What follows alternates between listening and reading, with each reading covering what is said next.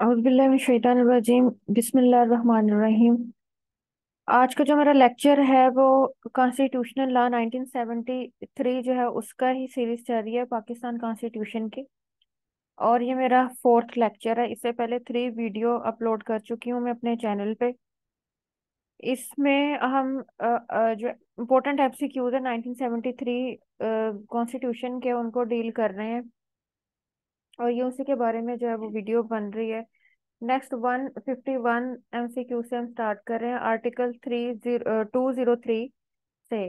तो आर्टिकल 203 यानी कि 203 D of the constitution provides dash power to federal Shariat court. तो जो हमारा ये आर्टिकल है 203 D of the constitution provide dash powers to federal Shariat court. शायद जो हमारी फेडरल शरीयत कोर्ट है उसको कौन सी पावर्स देता है। तो ये हमारा आता है रिविजनल, कि हमारा जो कॉन्स्टिट्यूशन है वो शरीयत कोर्ट को रिविजनल पावर्स देता है। और अगर भी पूछा जाए कि किस आर्टिकल के तहत किसको रिविजनल पावर दी जाती है, तो हमारा बनता है 203 डी शरीयत कोर्ट का। नेक्स्ट हमारा आता है 152 अंडर आर्टिकल 203 एफ की बात हम कर रहे हैं। Of the constitution appeal can be made to supreme court against the किसके, against the decisions of 203 F of the Constitution.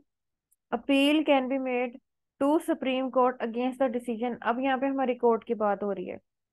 तो हमारा तकरीबन जितनी भी चीजें आ जाती हैं ये 200 वाली रेंज की, ये हमारी फेडरल शरीयत कोर्ट को डील कर रही है। तो इस तरह से आप माइंड में रख सकते हैं कि जो 200 से आगे की जो सीरीज है वो हमारे कौन से पॉइंट को डील कर रही है। तो कभी भी आपको कोई क्वेश्चन पूछा जाए तो कम से कम आपका माइंड जो है वो हिंट दे देता है कि ये कॉन्स्टिट्यूशन के आर्टिकल्स की जो यहाँ से यहाँ तक की रो है, जो यहाँ से यहाँ तक के आर्टिकल्स हैं, वो इस पॉइंट को डील करते हैं।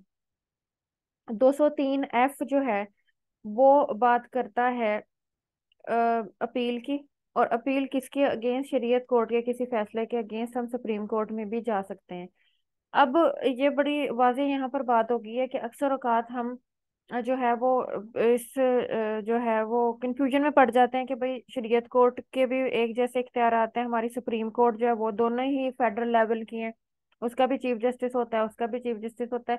तो अगर शरीयत कोर्ट के किसी फैसले से हमें इख्तिलाफ हो जाता है या हम उसके अगेंस्ट जाएं, तो सुप्रीम कोर्ट के फैसले के खिलाफ तो हम कहीं भी नहीं अब जा सकते, वो तो आखिरी अदालत थी। तो फेडरल शरीयत कोर्ट जो है वो, उसका अगर मामला हो तो फिर हम किसके पास जाएंगे अपील लेकर। कहने को तो यही चीज आती है कि ये हमारी जो अदालत है, ये सुप्रीम कोर्ट जो हमारी है उसी से करीब करीब है। तो नहीं, ऐसा नहीं है, सुप्रीम कोर्ट फिर भी से एक दर्जा ऊपर है। और ये जो आर्टिकल है ये इस बात की दलील पेश कर रहा है कि अगर हम फेडरल शरीयत कोर्ट के भी किसी फैसले से एग्री नहीं करते, हम उसके अगेंस्ट जाना चाहें तो हम सुप्रीम कोर्ट में जाएंगे। नेक्स्ट हमारा आर्टिकल है 204 of the constitution of 1973 deals with contempt of. ये कौन से कॉन्सेप्ट को डील कर रहा है। अब कॉन्टेम्प्ट ऑफ कोर्ट तो है ही, ठीक है, ये माइंड में रखें कि 204 यानी कि 204 जो डील कर रहा है वो कॉन्टेम्प्ट के कॉन्सेप्ट को कर रहा है, वो तहीने अदालत के कॉन्सेप्ट को कर रहा है। बट यहाँ पे बात तौहीन अदालत जो है वो अदालत कौन सी है, हाई कोर्ट है या सुप्रीम कोर्ट है। तो इसका जो हमारा आंसर बनता है वो ये है कि यहाँ पर दोनों अदालतों की ही तौहीन की बात की गई है। नेक्स्ट हमारा आता है, अ जज ऑफ सुप्रीम कोर्ट और हाई कोर्ट में resign from his office by writing under his hand address to the. कि एक जज है जो सुप्रीम कोर्ट के और हाई कोर्ट के है, वो रिजाइन करना चाहते हैं। अब हम ये पढ़ते हैं अपॉइंटमेंट कैसे होती है, फिर हम ये देखते हैं कि जो जज है वो किन सूरतों में अपने ओहदे से फारिग होगा। तीसरी सूरत हम ये देखते हैं कि जी रिटायरमेंट की एज आ जाती है। अब ये कॉन्सेप्ट भी तो हमें माइंड में रखना है ना कि एक शख्स खुद भी रिजाइन कर सकता है। हाँ, तो इसी के बारे में हम बात कर रहे हैं कि अ जज ऑफ सुप्रीम कोर्ट और हाई कोर्ट में रिजाइन फ्रॉम हिज ऑफिस। तो पूछा जाए कि भाई ऑफिस से रिजाइन किस तरह से किया जा सकता है, तो हमारे सामने है कि by writing under his hand addressed to the. किसको एड्रेस करेगा, किसी आम बंदे को नहीं करेगा बल्कि प्रेसिडेंट को करेगा। जज ऑफ सुप्रीम कोर्ट और हाई कोर्ट एड्रेस करेगा प्रेसिडेंट को। नंबर एक चीज। नंबर दो, तरीकाकार क्या होगा? By writing in his hand. तो ये हमें एक एमसीक्यू से इतनी बातें पता चल गई कि इसके अंदर ये चीजें शामिल थी। हमारा ऑप्शन ये बनता है ऑप्शन सी। इफ अ जज is found guilty of misconduct his matter will be proceeded by. एक जज साहब हैं जो कि फाउंड हुए हैं कि उनकी तरफ से मिसकंडक्ट का सामना हुआ है, मिसकंडक्ट किया है उन्हें, तो ये मैटर कौन देखेगा? कोई आम बात नहीं है एक जज जो है वो मिसकंडक्ट करे। तो ये हमारा जो अदारा है, जो हमारी काउंसिल है सुप्रीम जुडिशियल काउंसिल, वो एहतसाबी अदारा एक लिहाज से कहलाता है। और जब आपको जजों से शिकायत होती है तो आप इस प्लेटफॉर्म को हिट करते हैं। तो ये हमारा कहलाता है सुप्रीम जुडिशियल काउंसिल। आगे, article dash of the constitution deal with the formation of supreme judicial council. ये मोस्ट इंपोर्टेंट हमारा है, लॉ गेट के सिलेबस का भी मोस्ट इंपोर्टेंट हिस्सा है, इसको गौर से देखिए। कौन सा आर्टिकल है जो कि हमारे सुप्रीम जुडिशियल काउंसिल की कॉन्स्टिट्यूशन के बारे में बात करता है, उसकी तश्कील के बारे में बात करता है? तो ये हमारा है 209। कौन सा है? 209, 209। अब आगे आ जाएं। Supreme judicial council formed under article 209 of the constitution consist member. हमें पता चला कि फॉर्म्ड होती है 209 के तहत, 209 के तहत। ठीक है, हमने जैसे ऊपर पढ़ा ये हमें पता चल गया। अब हमारा नेक्स्ट स्टेप आता है, हम ये पूछ रहे हैं कि भाई वो कितने लोगों पर मुश्तमिल है। हमारा जो सुप्रीम जुडिशियल काउंसिल का अदारा है, जो हमारी काउंसिल है, वो कितने लोगों पर मुश्तमिल है? तो वो हमें आर्टिकल हमारा बताता है, हमारा कॉन्स्टिट्यूशन का आर्टिकल में बताता है जो कि 209 है, कि 5 लोगों पर मुश्तमिल है सुप्रीम जुडिशियल काउंसिल कॉन्सिस्ट। अब हमें पता चल गया कि जी 5 लोगों पर मुश्तमिल है। हमें साथ ये भी बता दें कि कौन से लोग हैं। तो सबसे पहले chief justice of Pakistan and two next most senior जजेस ऑफ द सुप्रीम कोर्ट। सबसे पहले तुम्हारे चीफ जस्टिस साहब आ गए, फिर उनके बाद आने वाले 2 सीनियर जजेस शामिल हो जाएंगे। फिर उसके बाद आ जाता है दी 2 most senior chief justice of high court. फिर हाई कोर्ट के चीफ जस्टिस और वो भी मोस्ट सीनियर और सीनियर जजेस ऑफ द सुप्रीम कोर्ट हो गया, और ऑल ऑफ द अबव। तो ये हमारी चीज आती है कि इसके अंदर ये सारे जजेस ऑन रैंक्ड वाइज जो हैं वो अंदर शामिल होते हैं। तो अगर हेडिंग का पूछा जाए तो हमारे चीफ जस्टिस ऑफ पाकिस्तान जो है वो इसको हेड कर रहे होते हैं। अच्छा जी। Article dash of the constitution deal with formation of administrative courts and tribunal. यहाँ पर हमारे इंतजामी अदालतों और ट्राइब्यूनल्स की बात हो रही है, और हमसे ये पूछा जा रहा है कि वो कौन सा आर्टिकल है जो कि इसे डील करता है। तो हमारा आर्टिकल डील करता है 212, यानी कि 212 जो है वो इसको डील करता है। नेक्स्ट है, which article of the constitution from the following deals with chief election commissioner. ये हम किस तरह से भूल सकते हैं? ये भी हमारा कॉन्स्टिट्यूशन का एक अहम अदारा है जो कि इलेक्शंस कंडक्ट करने और बाकी सारे मामलात को देखकर कागजातें नामजदगी जमा करवाना और बाकी मामलात को डील करना। यानी ये हमारा जो आर्टिकल है वो बनता है 313। चीफ इलेक्शन कमिश्नर हमारा आइन है, और आइन के अंदर कहाँ पर आर्टिकल डील कर रहा है? 313 है। अब हम चलते हैं अपने नेक्स्ट पोर्शन की तरफ, नेक्स्ट स्लाइड की तरफ, कि उसके अंदर कौन कौन से एमसीक्यूज हमारे इंतजार में है। अच्छा जी। क्या आता है? 161 हमारा एमसीक्यू हमारे सामने है, who may be appointed as election commissioner. Question हमारे सामने आ चुका है और पूछा जा रहा है कि भाई कौन सा शख्स जो है वो अपॉइंटेड एज इलेक्शन कमिश्नर है। ऑप्शंस आपके सामने है, ministry of law, attorney general, any retired जज ऑफ सुप्रीम कोर्ट और हाई कोर्ट। तो जहाँ पे हमने पहले 2 लोगों की बात की वो तो ऑलरेडी पोस्ट के ऊपर है। तो क्या एक मिनिस्ट्री ऑफ लॉ में हो तो साथ वो इलेक्शन कमिश्नर भी बन जाएगा? ऐसा नहीं है। आपकी हैसियत होनी चाहिए और आपकी क्वालिफिकेशन जो है वो देखी जाएगी, और वो है कि आप एक रिटायर्ड जज ऑफ सुप्रीम कोर्ट या हाई कोर्ट हो तो आप इलेक्शन कमिश्नर जो है वो लग सकते हैं। ये आप अपने माइंड में रखिए। उसके बाद है chief election commissioner before entering office शैल मेक ओथ बिफोर। ये हमारा जो इलेक्शन कमिश्नर है ये किसके सामने ओथ लेता है? तो भाई ये ओथ लेता है चीफ जस्टिस ऑफ पाकिस्तान के सामने। बाज दफा ये चीज काफी मख्फी रह जाती है, और अब हम हर चीज पढ़ लेते हैं तो हमारे माइंड में ये आइडिया नहीं रहता कि चीफ इलेक्शन कमिश्नर किसके सामने ओथ उठाता है। तो वो ओथ उठाता है चीफ जस्टिस ऑफ पाकिस्तान के सामने। ये आपके सामने मैं ब्लू जो है उसे हाईलाइट कर रही हूँ। तो इसे ये देख लें, चीफ जस्टिस ऑफ पाकिस्तान के सामने हलफ उठाता है। The person appointed as chief election commissioner shall held office for a term.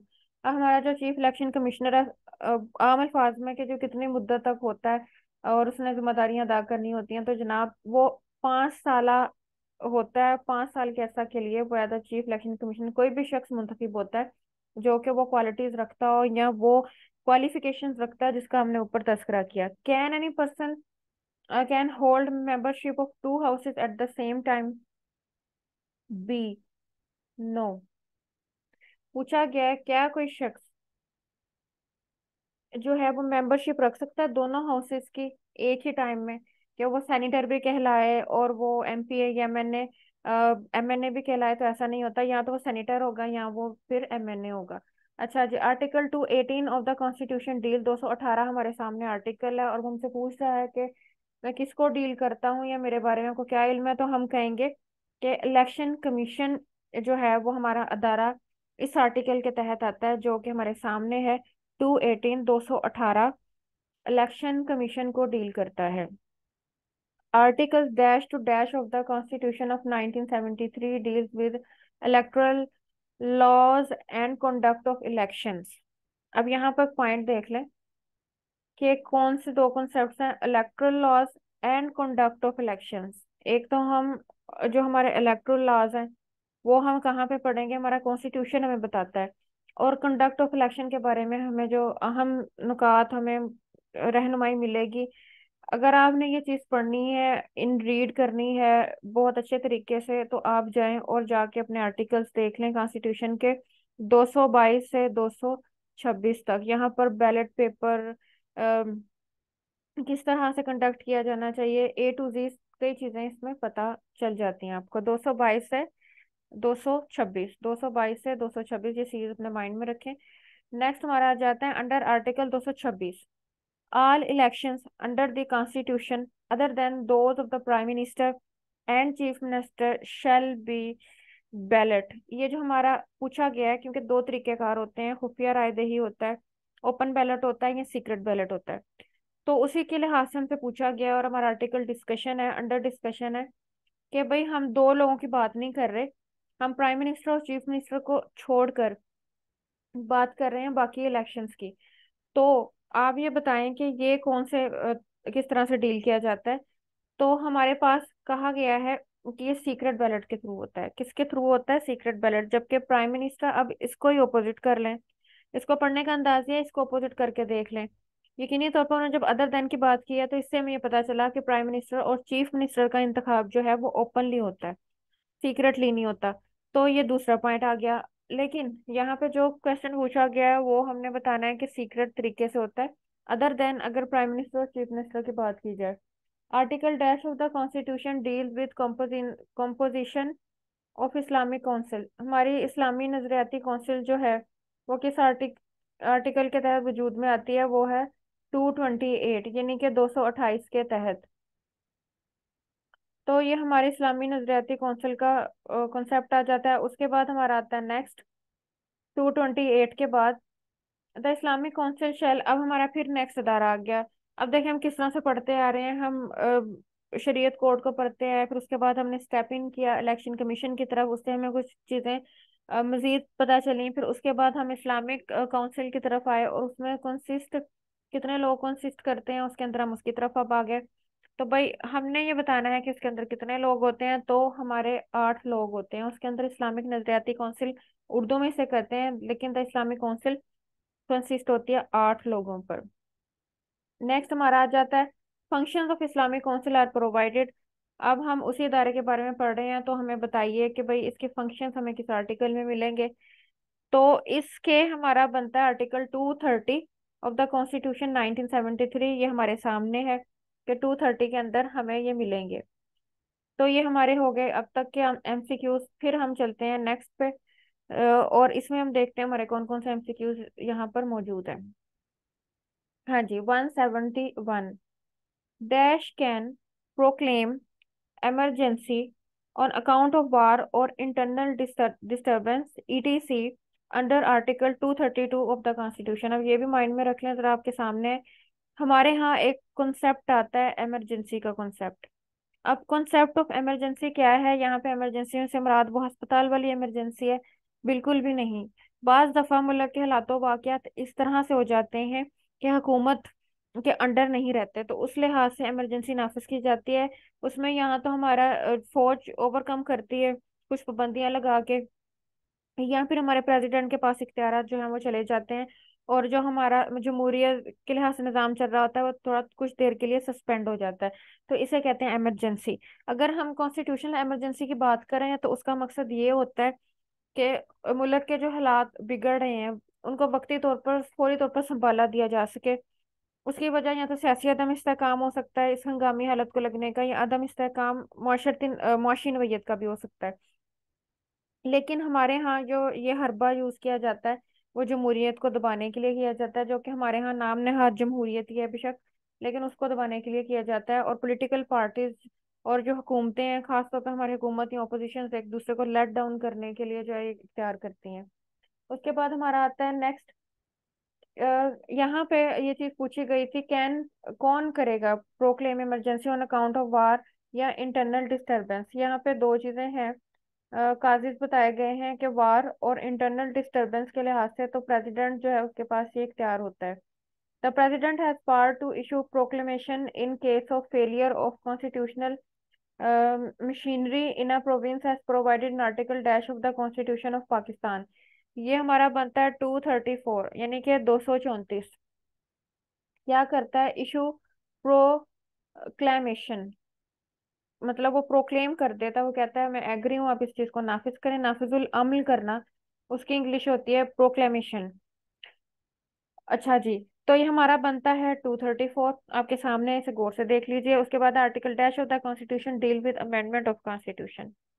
हाँ जी। अब हमारे माइंड में ये चीज आती है, नो डाउट हमारा कॉन्स्टिट्यूशन एक ऐसा मसवदा है, एक ऐसी चीज है कि हमारे लिए बड़े काबिल एहतराम है और हमारे लिए गाइडेंस का जरिया है।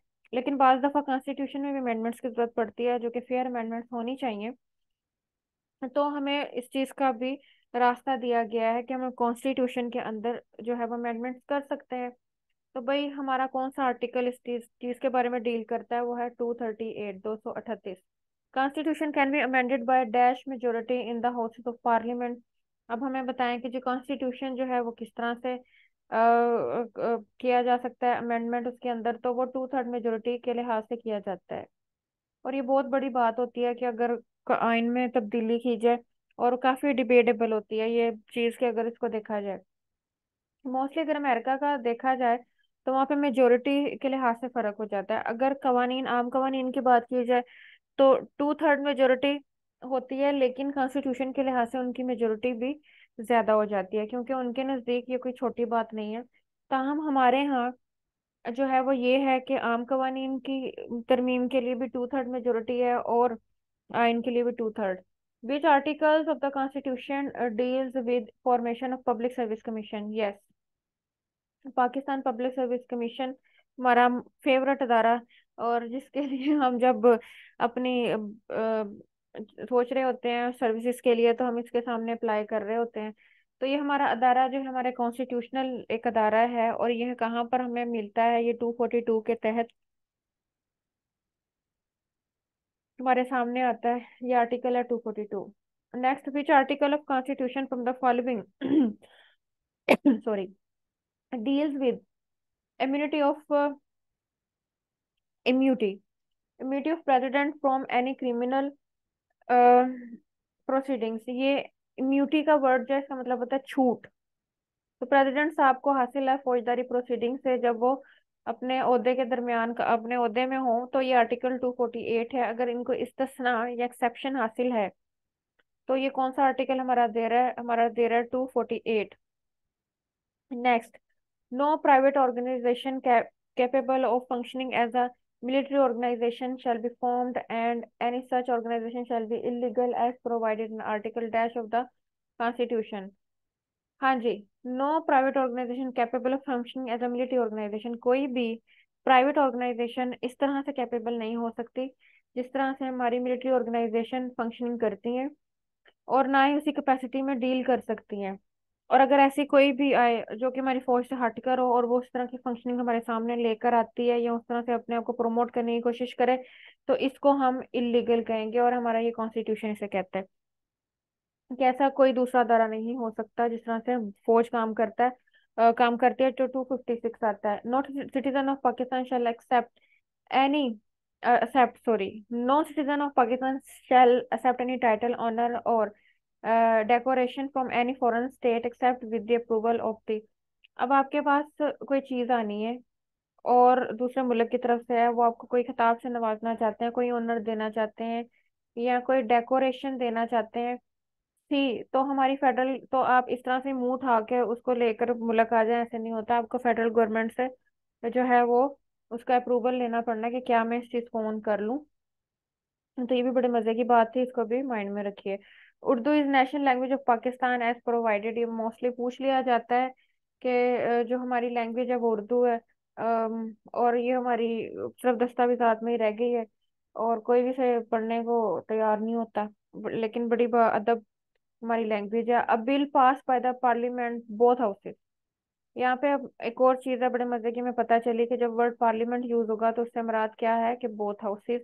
और जब हम सेपरेटली किसी भी हाउस को डील करेंगे तो हम उसका नेम लेके करेंगे। जब हम सेनेट की प्रोसीडिंग्स की बात करेंगे तो सेनेट का वर्ड यूज करेंगे। जब हम कौमी असम्बली की प्रोसीडिंग्स की बात करेंगे तो कौमी असम्बली का वर्ड यूज करेंगे। Appeal pass bye the parliament both houses and assented by the president is called. हाँ जी। तो ये हमारा क्या बन जाता है, एक्ट। ये एक्ट की डेफिनेशन है। जब कोई भी पूछे, कहीं भी पूछे, कहीं भी लिखनी पड़ जाए, तो ये जो वर्ड्स हैं ये एक्ट की, एन एक्ट की डेफिनेशन है कि जब a bill passed by the parliament, parliament mean both houses, and pass का वर्ड है पार्लियामेंट के लिए, असेंटेड, असेंट कर दिया बाय द प्रेसिडेंट, प्रेसिडेंट के लिए जो वर्ड यूज हो रहा है वो असेंट का यूज हो रहा है, माइंड में रखें। तो फिर हमारा एक बिल चेंज हो जाता है एक्ट के अंदर। चलें जी, उसके बाद हमारा आता है नेक्स्ट। नेक्स्ट क्या आता है, नेक्स्ट चीज जो हमारी आती है वो ये है कि for the purpose of the constitution period of time shall be reckoned according to calendar. हमारा जो पीरियड है कॉन्स्टिट्यूशन में, जिस तरह से हमारी चीजें चल रही हैं, वो हम कौन सा फॉलो करते हैं, तो वो हमारा जॉर्जियन का कॉन्सेप्ट है कि हम इसको फॉलो करते हैं कि जो हमारा कॉन्स्टिट्यूशन पीरियड है, ठीक है, वो किस तरह से जाना जाता है। तो कैलेंडर का जो हम उसे कहेंगे वो हमारा ये बनता है, अकाउंट का वर्ड यूज हो रहा है, अकाउंट। अच्छा जी, जॉर्जियन।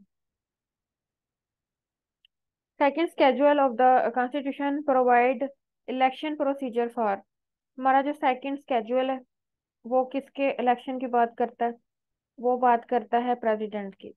अब इसमें क्वेश्चन जरा दो रुख के लिहाज से पूछा जा सकता है, पूछा जा सकता है कि जो प्रेसिडेंट के इलेक्शन का प्रोसीजर है वो किस स्केड्यूल में प्रोवाइडेड है। अब हो गए एक ही एमसीक्यू के दो रुख, ठीक है। तो आपने भी इसको अच्छे से पढ़ा होगा तो आपका आइडिया होगा कि हाँ जी हमने पढ़ा था, वो सेकंड शेड्यूल बनता है। तो इस लिहाज से आपके दोनों ही जो सवालात हैं उनके जवाबात आपको एक जगह पर मिल जाएंगे। तो ये हमारा देखें प्रेसिडेंट साहब बन गए। और प्रेसिडेंट का अगर इलेक्शन के प्रोसीजर पूछ लिया जाए तो हम पूछ कहेंगे second schedule.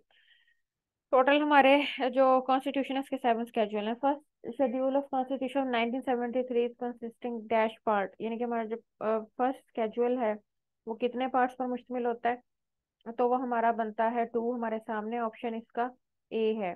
Dash schedule of the constitution deals with legislative list, ठीक है। तो वो हमारा कौन सा स्केड्यूल है, बहुत इंपॉर्टेंट है, ये अक्सर पूछ लिया जाता है। तो ये हमारा बनता है फोर्थ स्केड्यूल, ठीक है। Dash schedule, fourth schedule deal करता है लेजिस्लेटिव लिस्ट को, देख लें। Oath for the office of president is provided. अब ये स्केड्यूल किस तरह से है, इन स्केड्यूल में बताया जाता है कैसे उठाना है, कब उठाना है, किसके सामने।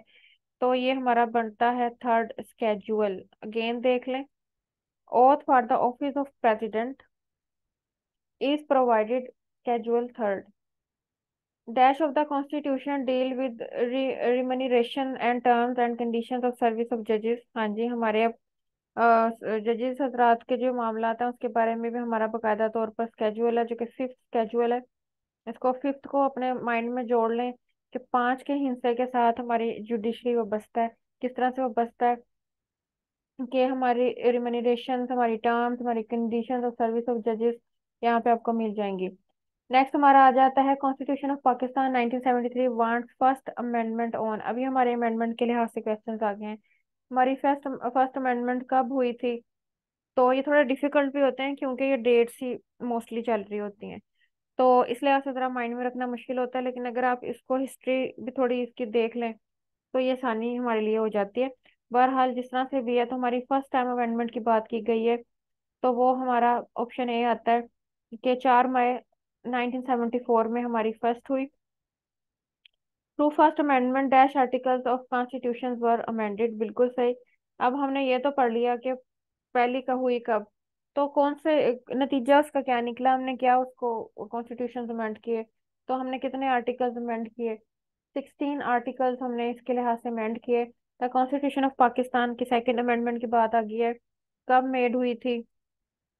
तो ये भी देख लें, हमारा ऑप्शन भी बनता है, सितंबर का महीना था, 17 सितंबर 1974। साल एक ही है अभी। अब देखें 1 ईयर में टू अमेंडमेंट्स हमारे सामने ही है ऑप्शन वाइज। ठीक है, तो हमारा बनता है 17 सितंबर। फिर dash articles were amended through second amendment of the constitution. ठीक है, कौन कौन से आर्टिकल्स हमारे अमेंड किए? तो ये हमारा बन जाता है ए। टू आर्टिकल्स थे। कौन कौन से आर्टिकल्स थे उन्होंने हवाला भी दे दिया, एक हमारा 106 था और एक हमारा 260 का था आर्टिकल। तो ये भाई अमेंड किए गए इस अमेंडमेंट के थ्रू।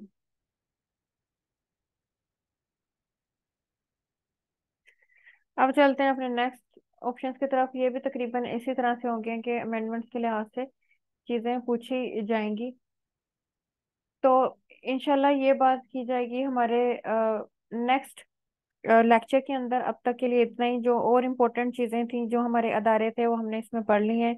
इंशाल्लाह फिर इस सिलसिले में मजीद लेक्चर्स जो हैं वो प्रोवाइड कर दिए जाएंगे। अल्हम्दुलिल्लाह 4 लेक्चर्स जो हैं वो प्रिपेयर इस सिलसिले में हो चुके हैं। अस्सलाम वालेकुम वरहमतुल्लाहि वबरकातुहू।